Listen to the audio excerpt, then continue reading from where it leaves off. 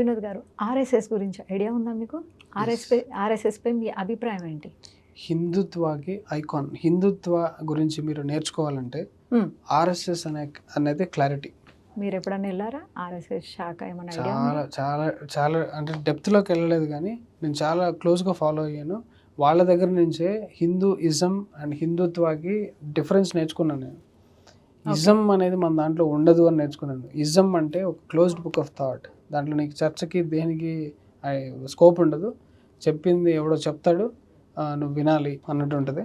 అది కాదు, it's a Tattva, way of life, జీవన విధానము, ముక్తి సాధనలు సంబంధించిన స్పిరిచువాలిటీ, ఆధ్యాత్మికత, సనాతన ధర్మ ఇంత నీట్గా అర్థం చేసుకున్నది ఆర్ఎస్ఎస్ నుంచే.